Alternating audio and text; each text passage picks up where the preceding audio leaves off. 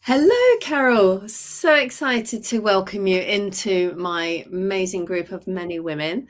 I've introduced lots of different experts into the group so that we can help the ladies so much more.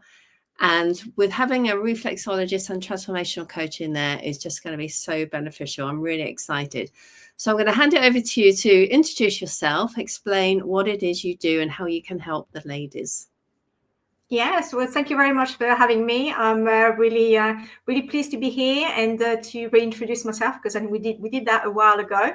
As you've just said, I'm Carole. I'm a reflexologist and a transformational coach, and my main aim is to work with women at midlife because physically and emotionally we go through so many changes. Both of the modalities that I use are very, very helpful in that respect. So I started as a reflexologist 13 years ago.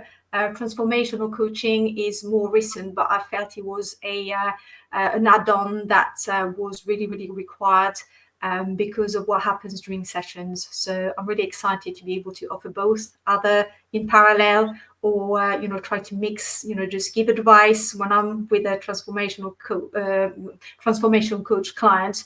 I can talk about reflexology, vice versa, because there's always some tips which clients can go away with, which they find usually very useful.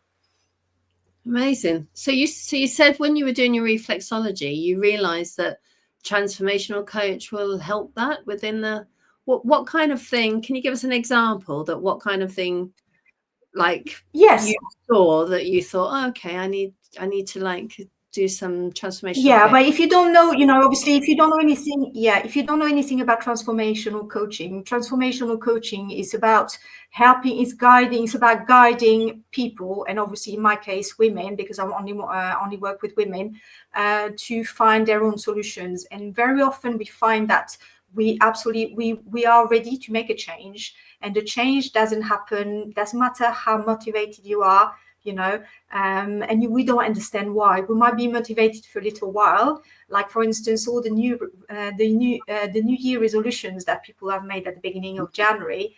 There's I can't remember the statistic, but there is an awful lot, very high percentage of people who would have already given up on their resolutions, and that's because, and it's not because they were not motivated at the start. It's because they've got blockages, sometimes they're not even aware of.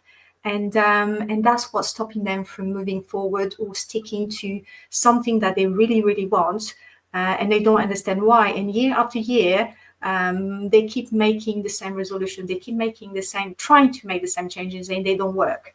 And when it comes to a reflexology client, for instance, it's I really like to take the analogy of going to the gym. It's just all well and good to say, all right, I'm going to book a few sessions of reflexology to make me feel better. But what happens beyond the sessions, and what happens between the sessions? And I think in the past, whereas I would have tried to give advice, and you and me know perfectly well, because we see that with our own children, we see that with our own friends, giving a piece of advice is very often, yes, might be heard, but forgotten, in an instant. Whereas if with transformational coaching, there is a way of guiding people, guiding the conversation so that the person actually finds their own answer. So once you've mastered that, then, they're more likely to implement the changes that suit them, because it's all about what suits them in the end, not what we think is best for them. So this is in that way that has really helped me to make a difference between sessions and beyond sessions with reflexology clients. Does that make sense? Yes, that does make sense. And I love that, because when ladies try these different things that they know is going to help them, but then, like you say, they have a blockage and for whatever reason is they don't do it, then they feel like failures. And then It's going to be that spiral, can't it? And then everything else kicks in, and the anxiety, and so that is a really great way of helping ladies to help themselves. I love that. So how can you help with reflexology online? So if people didn't live near you, how does that work? So reflexology, it's again, is something that I've discovered, halfway down my career as a reflexologist. You can actually do facial reflexology, because I used to work mainly on the feet and hands, and then I just came across a lady who was teaching facial reflexology. So facial reflexology, it's a bit like yoga, face yoga that you probably would have come across. It's something that became more popular during and after COVID, because obviously there was a need for people who couldn't access. Obviously, we were not allowed to see clients, and facial reflexology has got very similar benefits as feet reflexology. But the beauty of it is that, whereas the touch of the therapist would always be best, in my eyes, it's always nicer when someone does it for you and does it to you. But when you can't have access to a reflexologist, and there's many reasons why some people can't, then having just to mirror the therapist, like we're looking at each other now, it would be really easy for you just to follow, my instructions. And you get so many benefits just by looking at me and reproducing what I explain. And so it's very convenient, very quick, and very enjoyable as well. I normally get very good feedback, not as enjoyable as if I was doing it to you, but it's still really, really good. Yeah, very beneficial. Mm-hmm. So how can what would reflexology do, like facial reflexology? Does it help with symptoms, or does it help with relaxation or anxiety, or a whole bunch of things? It helps with a whole bunch of things, purely because reflexology is based on the main things that it helps with is stress levels. And when you know that 70% of conditions and symptoms that you can have are stress related, once you work on the stress levels, then obviously it's got a knock-on effect in a good way on every other symptoms, from digestion to sleep and anxiety, etc. But on top of that, facial reflexology is there is a specific routine which is going to work on a specific points of your face, like you would do on the feet, and they target again specific areas. So if you come and see me specifically for mood swings, let's say, I can work on all your hormones just by working on your face. And so with the added benefit of the relaxation, because it's so nice when someone touches your face, you get the relaxation benefits, the relaxing benefits, plus the very targeted benefits from wherever you come to see me for. And I've got to add, because very often clients are surprised, they come to see me for something, and very often they just say, "Oh, it's funny, I haven't had this for a while," because reflexology doesn't work specifically on a condition. We don't work on conditions. We don't name conditions. It just helps the body target what it needs to do to rebalance wherever is in balance. So as a result, sometimes you come for a problem, and then in the process, you notice after a while, it's not always noticeable, because people don't think, they come, as I say, they come from digestive issues, and then they realize a little while afterwards, then their sleep had improved, and that's not what they had in mind when they came to see me first. So it's a knock-on effect. It's a good, it's an overall, it's a bit like an MOT on a car. You just work, you work on everything. I like that analogy. Yeah, brilliant.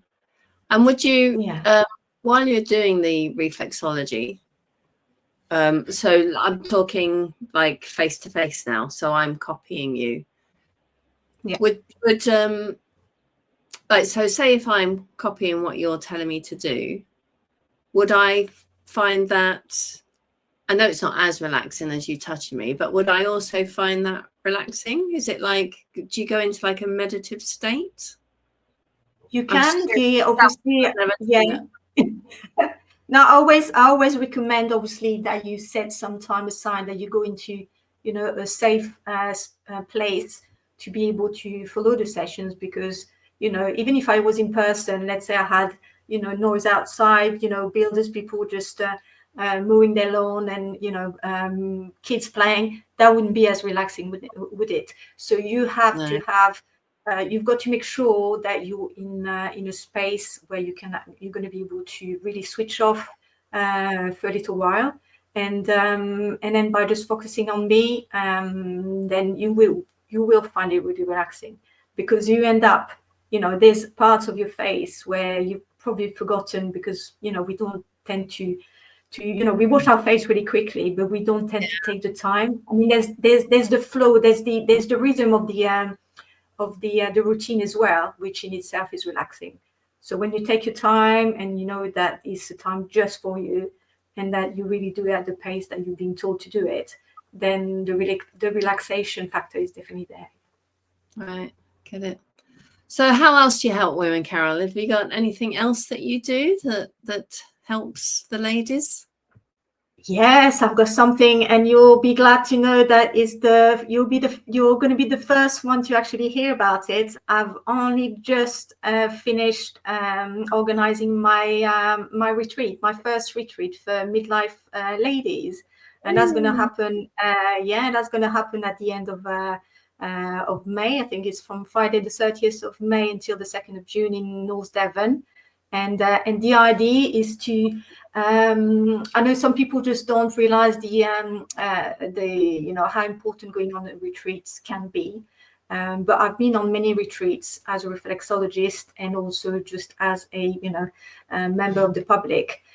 And I've noticed that just being surrounded by like-minded women is so powerful.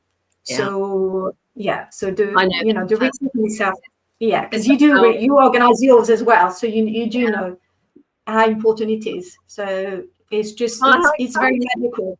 Yeah, it's very magical when you get you know, women who have issues and potentially think that they're all alone in feeling what they're feeling, and realize actually it's not the case. It's so not the case. Yeah, and I think that's the beauty about the group. That once ladies join the group, they're like, oh my God, I'm, you know, not glad that everyone else is feeling the way, or lots of people are, but it makes them feel exactly that, not alone, and not like you're going crazy. Because sometimes you think, oh God, is this me? Am I going mad? And then when you realize so many others are going through the same, it makes you feel better, doesn't it?